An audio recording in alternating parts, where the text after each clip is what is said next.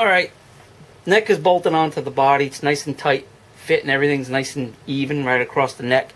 What I'm working on now is the neck that I bought, this neck came with a plastic nut. And I too tend to use a bone nut. I buy cattle bone nuts, and then I will shape them and put them on. So the plastic nut that came off of it, a lot of guitars have them. I prefer the bone nut. You get a crisper sound, it's a brighter sound. You can almost hear the difference when you drop the nut on something hard. It's got more of a ring to it. That's more of a dull. So what we're doing is, the nuts that I get, they come pre-slotted, but they're really thick. So you have to file them down to get them to fit the nut slot. So there's a chamfered edge on them, and there's a chamfered edge on one side and a flat edge on the other. So you want to work the flat edge. The chamfered edge goes to where the tuners are, so you have a drop off for your string. That's what that's all about. So what we do is we just take it on I got a nice straight edge here, a little Empire 6-inch ruler that's it's not pretty straight, it is straight. And I just gently go back and forth, and it's just a little game of filing and checking. The nut slot is tight. You want it tight, but you don't want it to the point where you've got to break it to get it in. You want a nice snug fit. So I'm just about there now. It's actually starting to fit. So I just got to take a little bit more off of this nut slot. Got to take a little bit more off of this nut slot, and it should, not the slot, but the actual nut, and it should just drop right in. Tight like a toiga. So, and after this, we're going to check the straightness of the neck. I know I have a front bow on it.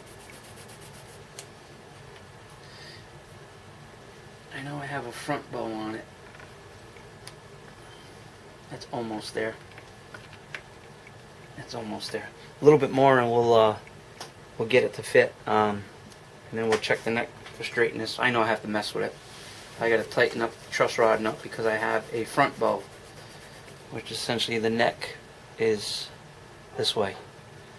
Most of the times the necks run this way, so you have a little bit of relief in the middle here, and it comes up on each end. This one is going the other way. It's going like this.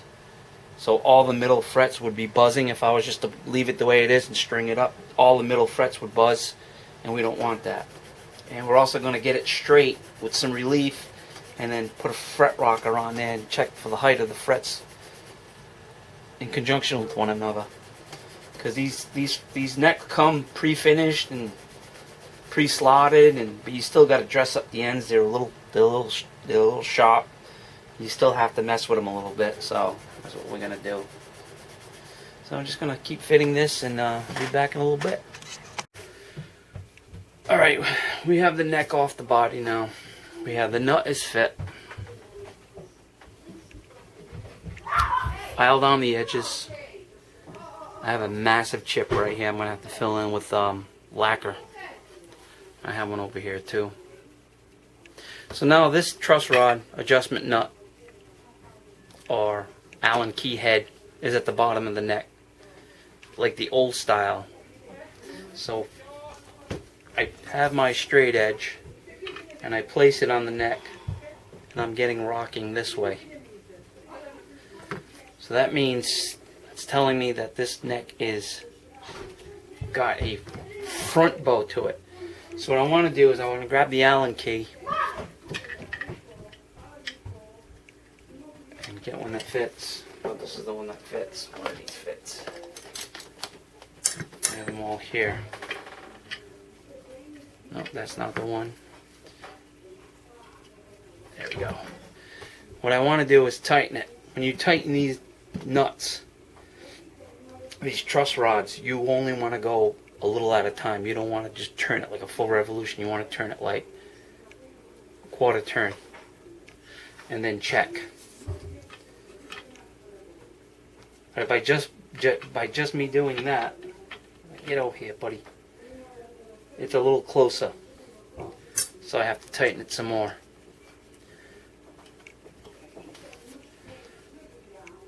So we put another tight on it.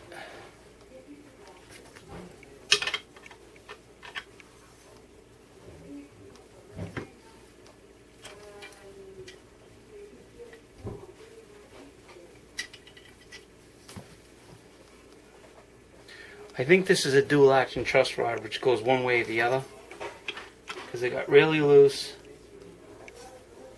and then it got really tight by just me doing those couple of turns. It actually straightened itself out. So we're going to go just a bit more. We're going to turn it about that much. I want a little bit of a neck relief. Neck relief means you want to see a little bit of light in the middle of the neck. We're not quite there yet.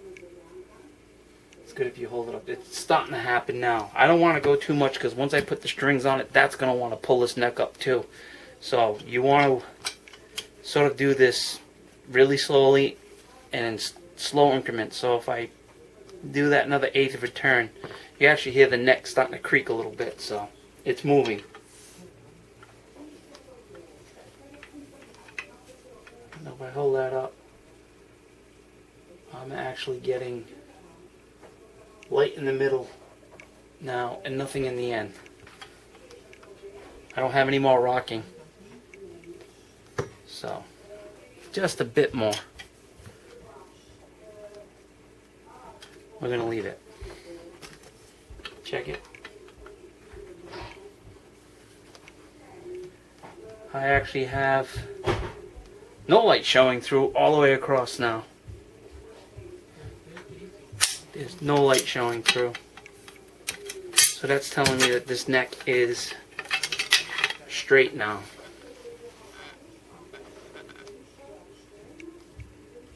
There's no light showing through. And we backlit with that lamp behind me, so you would see some sort of lighting come through. Dead flat. Alright. So this neck is dead flat. I just did this. This might come up a bit more. So you really, in essence, should tighten it, walk away from it. So what I'm going to do is let this neck set for about a half hour, and I'm going to come back and check it again. Alright, it's been about an hour. I said a half hour, it's been about an hour. It didn't move much. It's right where it still needs to be. Now I have a little bit of, oh god, it's tough doing this. I don't know if you can see it now. Maybe not. Let me see if I can hold this way. So we got a little bit of light showing through. So this is a relief I want. So now it's got a slight back bow. It's very slight, which would mimic the neck being with strings. I mean, it's almost pin straight, to tell you the truth, to be honest with you. So with that being said, I'm going to grab this fret rocker now,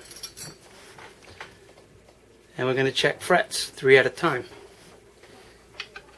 So you usually check it in 3 spots, the middle and the 2 ends. I have no rocking between these three here. So then I'll go over to the next 3. There's a very slight rock right here. Right on the outside edge. So what I do is I'll take a Sharpie and I'll just mark that section right there. That's telling me that's high. If I have more than 5 or 6 of these spots throughout the neck, then I'm going to have to level the whole neck. So far, it's just that one right there. Okay, we have a little bit of rock in here, right in the middle.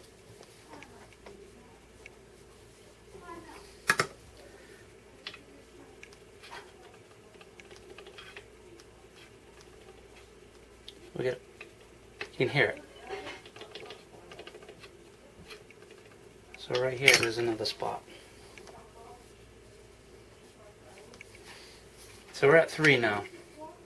But they're really small and they're far and few between, so I'm not too worried about this.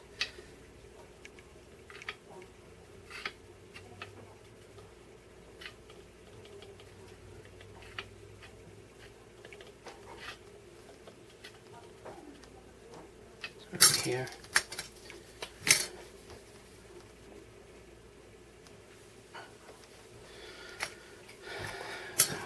And the saga continues.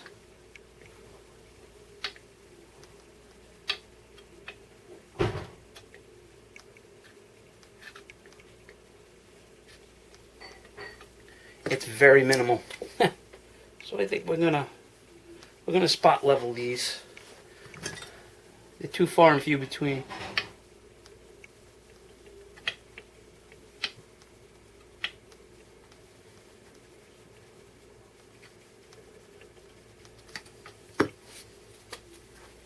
And we'll just go throughout the neck,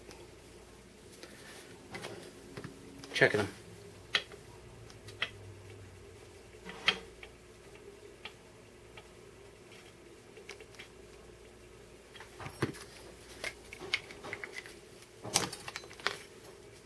And the beauty of this is you have multiple sides, so as the frets get smaller, you can actually use these edges.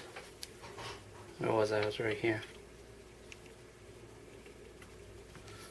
Right here.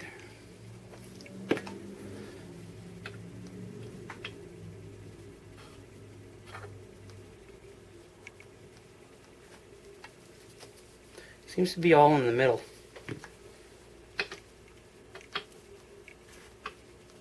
Okay. So that right there doesn't warrant a complete fret level. So what I'll do is I'll spot level these. So we're going to grab our handy dandy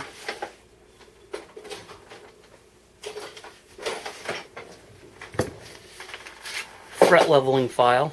It has 3 sides for 3 different size fret sizes. These look like jumbos, so I would use the middle one here. I've actually marked the jumbo. You see the Sharpie line. This line is telling me that that's the one I need to use, because on this side is nothing but blank but roundness. So we're going to use this file. It's really got a coarse abrasive diamond crust on it, and we're just going to pass over the top of this. I'm not too worried about the fretboard being such that it's so minimal what I have to take down, but I can and I will, just on these frets, tape them up. In the event that I touch the fretboard, I won't mar it, because maple is tough. Maple is very tough. This has a really thick coat of poly on it, which I might be taking down.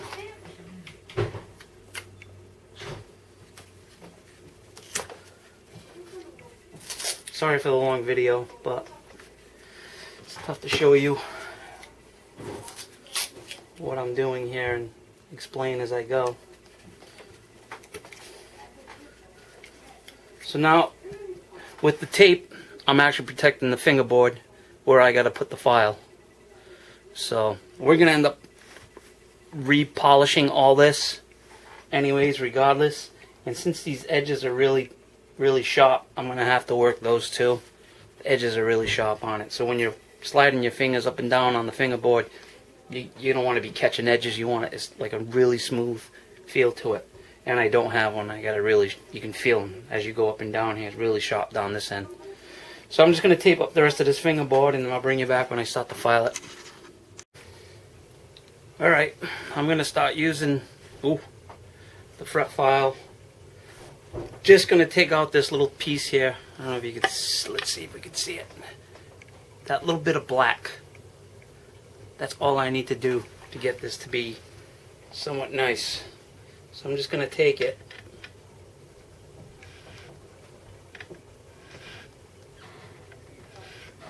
and just file just on the edge. I'm going in just one direction, and I'll check it with my fret rocker. That just those few passes Just those few passes, actually.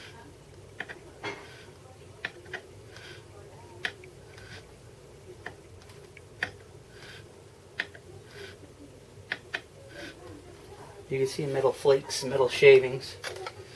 You know you're cutting.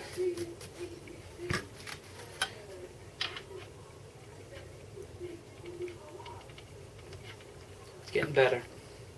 This is very time consuming. You don't want to go too far. If you go too far, and then you're gonna have to fret level everything.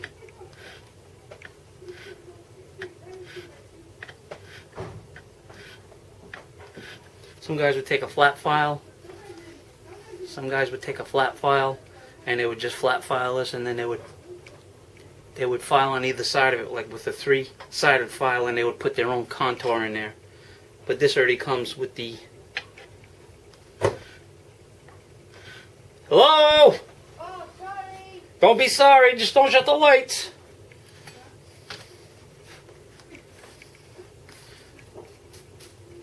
God.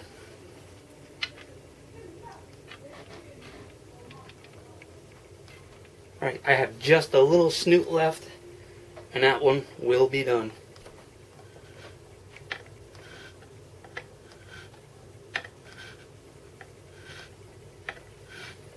This thing leaves deep gouges, so you got to be careful with it too.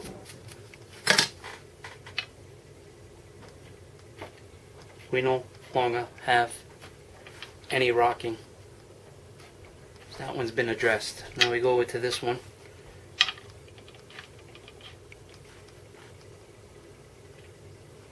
See if I can move this camera.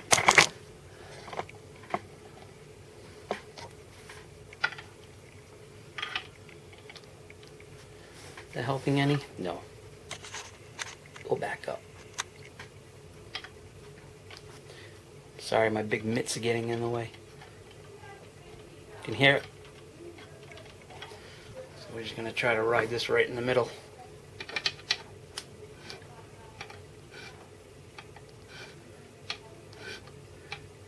And the beauty with the Sharpie is you want to see just a little strip of Sharpie at the top of the crown. That means it's taking the sides off. But since I'm cutting down a little bit,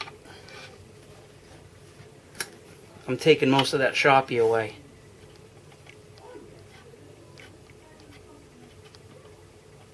So it's just a little bit right here where the Sharpie is. I'm just going to work my way down the neck, and I'll bring you back when I'm all set. One direction, steady, even pressure. If you start to see shavings, you know you're taking stuff out. Just got a little bit more to go. We're almost there. Alright, bring you back in a bit. Alright, I'm at the stage. Everything is leveled and recrowned. And what I'm going to do is, I have this other fret file that I purchased, and I use it for polishing. I also use it for cutting too, but this one I use for polishing. I grabbed some 1500 sandpaper, and I have the fret protector, so I don't have to be too worried about scratching the fretboard. And I'll just run this back and forth, and I can use a lot of force on this. I'm not worried about it. I'm taking out all the scratches. I'm taking out all the scratches. As you can see, that one fret that I just did as compared to the other ones. So I'm just going to go and do this whole fretboard all the way down, just like that. And then we're going to polish it with some aluminum polish, metal polish. And I'll bring you back when that's ready. Alright, I'm at the point now I have everything cut down. I'm using Mother's Mag and aluminum polish. I'm not going crazy on the. I'm just. I got a. Essentially, it's a Scotch Brite. It's a red, and I'm just using a very little tip of it. I'm not putting down too much pressure on it. I'm just going on the top of the fret back and forth, getting a discoloration. So I know that's taking all the oxidation off, and I'm not taking the finish off of the fretboard. In theory. You gotta go really slow. Take your time.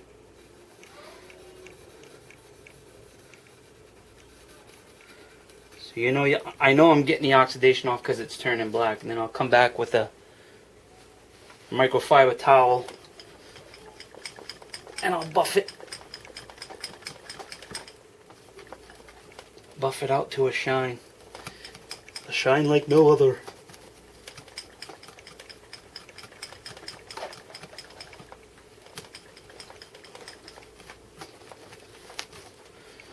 And that's what you get.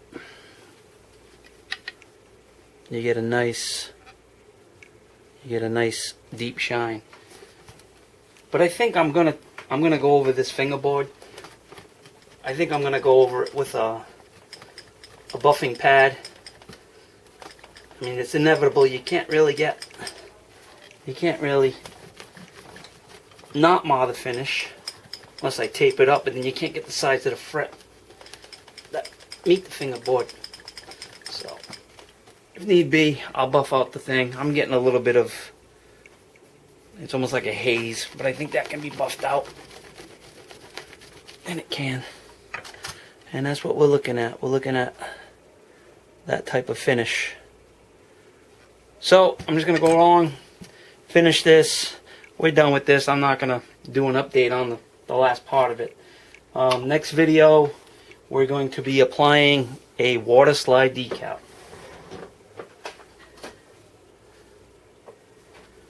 So I have early 50s and 60s decal.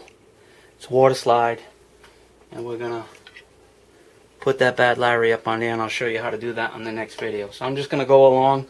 We're going to finish this up, buff it out, and then the next video we'll be putting a water slide on. And at this point, aside from the tuning pegs and the trees, the guitar physically with hardware will be pretty close to 100%. And we're going to take the pick guard and we're going to start working on the electronics and getting that up to snuff. So this is Mark from the 2nd Gen Stratocaster on the Dave Murray tribute guitar. Be well, be safe. Thanks for watching. Hit the like button. Subscribe if you want. If you don't, that's cool. And thanks for coming along on this one. See you on the next one. Peace.